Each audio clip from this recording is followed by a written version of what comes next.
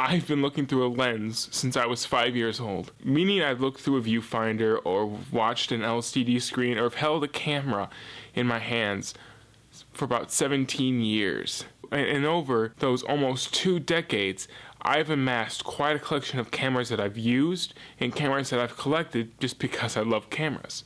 So today I thought I'd go over all the cameras that I've collected over these past many years.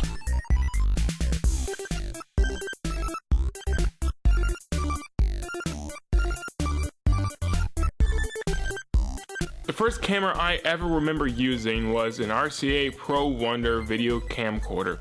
It recorded on VHS, and I used it about 1998 to 1999-ish, just around then.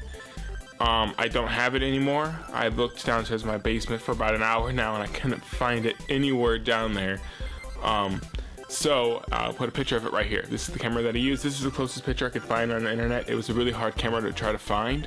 With this camera, I made how-to videos, meaning I took a TV tray, I put a whole bunch of really large books, textbooks, phone books, whatever I could find, and I set the camera on top of those because I didn't have a tripod. I didn't even know what a tripod was. And I pressed record, ran in front of the camera, did my spiel, ran behind, and shut it off. And that was my video. And they were mainly how-to videos, like how to care for your dog or how to do something like that. I forget all the videos I did. I even did a taste test video for that blue Pepsi that was out a couple years ago. I forget the title of it. Blue Pepsi. Oh, it was just called Pepsi Blue. Okay. Yes, I did a taste test video of me testing the taste of Pepsi Blue, and from what I remember, I didn't like it. I don't think anybody liked it. And my sister and I even made a more modern version of Snow White and the Seven Dwarfs, where there were no 7 dwarves involved, and I played the role of the evil queen.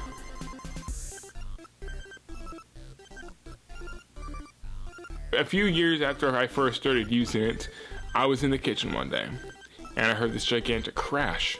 I ran to my living room and opened up the closet, and there on the floor of the closet was my RCA camera on the ground. The plate that held in the VHS tapes broken in half. I can't tell you how sad I was. I was devastated. But this led to us getting a new camera, and this is the camera I made my first film on back in around 2005-ish. And that's this bad boy right here. This is a Sharp View Cam that took 8mm video cassette tapes. It has a swivel around LCD screen. Can you imagine how awesome this was for me? I could make vlogs and videos where I could actually frame myself correctly, and I wouldn't have to have someone else hold it. I still never use a tripod with this thing. I still use my tried and true method of putting it on a TV tray and a bunch of books, but this was definitely the first camera I ever got excited about filmmaking. Had awesome capabilities with zoom and record fade functions right here. The fade option I used religiously. I was able to have a family member sit in a chair. I would hit fade, hold as still as possible, hit the record button, and then have them move away and hit the record button again. And what this would do is this would give the appearance that they faded away, because nothing else in the image changed except for them. Obviously they didn't fade, the whole entire image faded, but when the image faded, they weren't there. And that was the coolest thing to like a 12-year-old, 11-year-old me.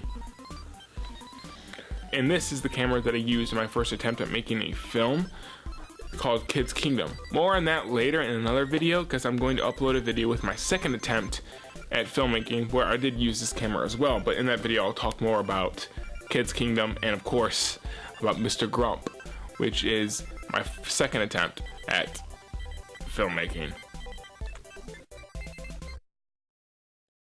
Do you like to look good?